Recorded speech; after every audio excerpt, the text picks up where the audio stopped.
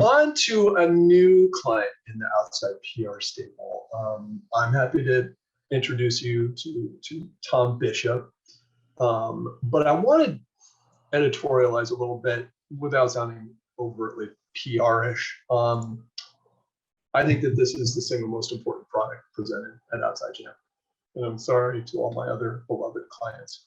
But we're going to talk about batteries. and batteries may not seem like some groundbreaking technological breakthrough or something that vitally needs to write about, but it is. Because Pale Blue is the only battery company in the world that wants you to buy fewer batteries. And Tom is the founder of Pale Blue Earth. They're in Park City. Tom's a longtime outdoorsman. Worked at a lot of companies that you know, a lot of operations, and saw like an ecological disaster as well as a market opportunity. They've only been around about a year and already have seen their sales just skyrocket. So this is a new product and a new category to pretty much all of you. So welcome, Tom. Thanks, Gordon. Appreciate it. Thanks, everybody. So I'm the founder of Pale Blue Earth and CEO. And so, as Gordon said, we're trying to move the world beyond historical practices in the battery space, which there have been similar to the plastic water bottle or other single-use products that just get thrown away. And so with some advances in technology and applying lithium-ion chemistry to batteries, we can now charge and use batteries in the same way that we use all consumer electronics. So here's an example of our AA.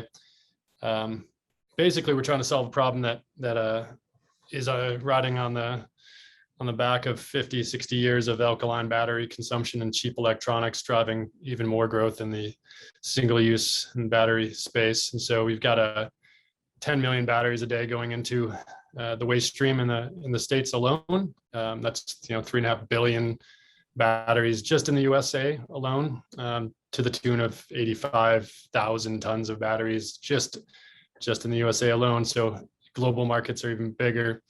The battery market has been growing every year because electronics have been getting cheaper and growing every year. And so this problem just gets bigger and bigger and bigger. And despite some efforts by battery companies historically to bring some rechargeable batteries to the market, the user experience in those battery markets, if you guys remember the old charging stations, what a disaster those were.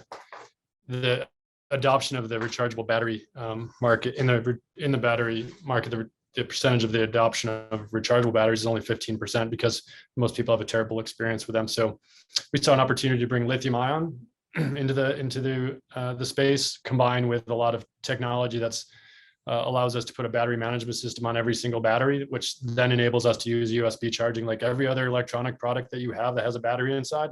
You plug it in with a USB. It charges fast, it's reliable, it's plug and play, super easy on the consumer. So that allows the consumers who are buying single-use batteries to finally make that leap confidently and the investment into a more sustainable solution. So that screenshot right there is a pretty good ad for us. These sorts of simple images have been able to shortcut the communication to consumers so that they can immediately understand what it's all about. But it comes down to convenience, comes down to performance and sustainability and value for the customer. And so, as I said, lithium ion is a big component of it. Lithium ion batteries charge faster, they last longer. You get 1,000 charge cycles out of a battery. They're rated for 1,000, actually go more than 1,000, but meaning that after 1,000 charges, you're still at 80% of the original capacity. And if you were to use single-use batteries in your life, these I literally grabbed out of my garage. This is not a stunt. These are in my garage at home. This is what happens in your average household. We drop out, Gordon? Yeah, I think you're good. All right. So that's what happens in your average household. Everyone has a drawer, a bag, a bin, a box, someplace where they store all their single-use batteries and someplace where they store the ones that they intend to take to the recycler.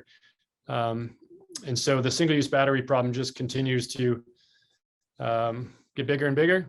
And most batteries end up in the waste stream, don't get recycled, end up in landfills where they become a serious risk to local ecology through leaching in the landfills, which is Yeah, and terrible. the stuff that they're leaching is cadmium and nickel and lead. You get And manganese and it's potassium and heavy metals and things. Yeah. it's gnarly. And I'm going to repeat that because I want people to know 10 million batteries a day are going into our landfills. That is over 3 billion batteries per year in the United States in our landfills. There's no reason for this. We all are using single-use batteries. None of us should be using them, especially since you'd have to buy 1,000 of them to match up to Pale Blue Earth's single rechargeable battery. Sorry, Tom, go ahead. No, yeah, please, Gordon. Yeah. So the problem exists, the solution now exists, and now we can kind of all admit that there is a problem. I feel like sometimes if you don't have a solution, it's hard to admit that there is a problem, but we found that our customers are very excited about what we have and happy to move beyond alkaline batteries. But just from my little demonstration of what I found in my garage, you can imagine it's going to take a long time to solve this problem globally. So we're off and running, and yeah, excited about the growth. And why don't we talk a little bit about the use cases? I mean, well, first of all, like there are some rechargeable batteries on the market already. Obviously, Big Battery has a disincentive to sell rechargeables because they're in the business of selling single use. So, but there's also a product difference. So those of us in the outdoors are really familiar with lithium-ion technology. Can you talk about the difference between, old rechargeable batteries and your new technology? Yeah, the reason that old rechargeables haven't been adopted broadly is because there's performance issues, and these are nickel metal hydride, nickel cadmium batteries. So you have a very long charge cycle, usually overnight. You have to deal with finding an AC outlet and your charging station. And so you're kind of stuck being only able to charge at home. So there's a convenience issue. Performance wise, those rechargeables generally only produce 1.2 or 1.3 volts to start, and then it drops down, down, down. And so lithium charges fast. Our AAAs are an hour and a half, AA's 2 hours. Because the battery management system on every battery allows us to push those batteries at the optimal charging speed during the charging cycle, we can ramp up voltage and then bring it down at the right point to maintain optimal battery health. So that helps us charge faster. But because it's USB, you can charge it anywhere. Charge it in your car on the drive to the trailhead.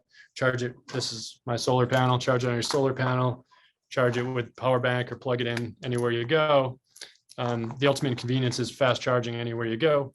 And so you've got a convenience improvement, a performance improvement. Lithium is actually a 3.7 volt native voltage. And so we stepped that down to 1.5. And so our alkalines, AA, AAA, C and D at least, are 1.5 volt from start to finish. And so if you start with a bright headlamp, you're going to end with a bright headlamp. It doesn't go down and down and down as you use the batteries. And so now you've got a performance improvement and then just a value improvement. This is a longer story, but nickel metal hydride, nickel cadmium have performance issues that result in reliability issues. And so you don't generally get hundreds of charges out of them before you discard them. And with lithium, 1,000 charges, the rating actually is legit. It actually, you can keep charging them and you don't have to worry about how you treat them so much because the BMS on every battery protects the battery's health. So yeah, you get a lot more value out of it. It's a smart battery for lack of a better term, it is. And Brad Steele actually just asked a perfectly timed and really good question. He says, what's the charge loss like in storage? He said that older rechargeables lose a ton of charge, which is so true and a great question, Brad. What happens with the old nickel metal hydride in particular is they have a self-discharge issue. So when you leave them, you plug them put them in your flashlight, and you put your flashlight in the laundry room and wait for the power to go out or whatever. When you go to use that product again, the battery has lost some capacity. It just goes down and down and down rather quickly. But because in combination with the fact that the voltage drops as the capacity goes down, when you go to use that product again, you have less capacity, but you also have less performance. The voltage has dropped, so your flashlight's not as bright. And so you pick it up and you're like, hey, this flashlight's not bright. I thought I just charged these things the other day. Maybe it was last month. And now you've got a self-discharge issue. Well, lithium doesn't have, every battery has self-discharge. Like there's no battery that can store power forever, but it's much, much better with lithium. And when you go to use the product, because it's always at 1.5 volts, you don't pick it up and use it and recognize a performance decrease right there. So the trust in the product from a customer standpoint is much better because it works as well as it did last time. And if you do find that the battery is in need of a charge, again, it's USB and it's fast. So you just plug it in and over your lunch break and put them back in your mouse and get back to work after lunch kind of program. So Tom, we're getting great questions. And Dave, thank you for this great question that we'll get to for a sec. But let's talk about use cases just really briefly. We got about 4 minutes left.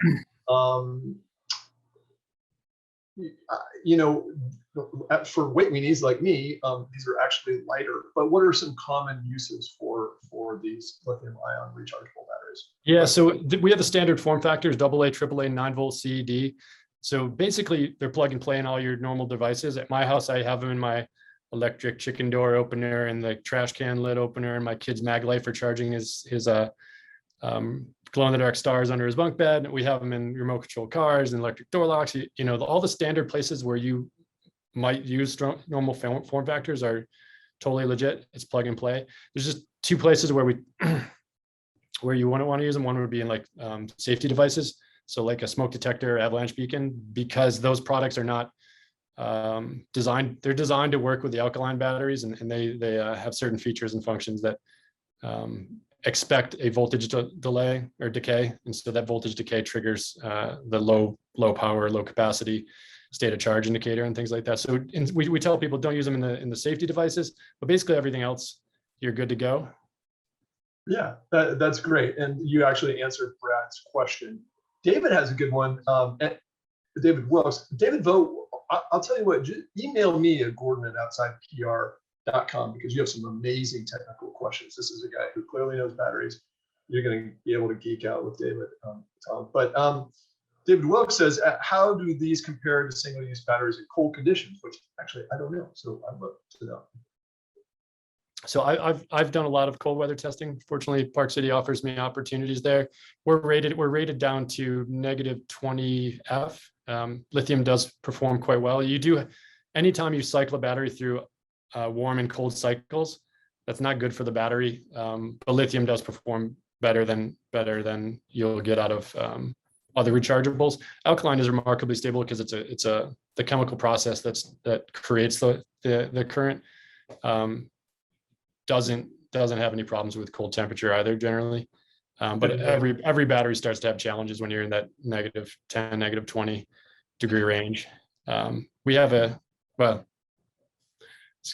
another anecdote from a rancher who lives at 7,000 feet out in Colorado, uses them in his outdoor products and is very happy with us. So we get feedback from a lot of people in the cold weather, but I use them cold weather products and outdoor lighting and headlamps and in early morning hikes. So we got about 1 minute left, Tom, and I think people can sense the excitement. Like, this is truly groundbreaking innovation and something that everybody needs. In the last minute, like, you guys now have 7-figure sales. Like, where can we find Blue Earth? Yeah, so website, Amazon. I don't know that I can say this. We'll work with Backcountry. We're for sale in all the Black Diamond retail store locations, opticsplanet.com. We're in 15 different international markets now, and starting to expand our retail distribution. But best place is our website, PaleBlueEarth. Beautiful. And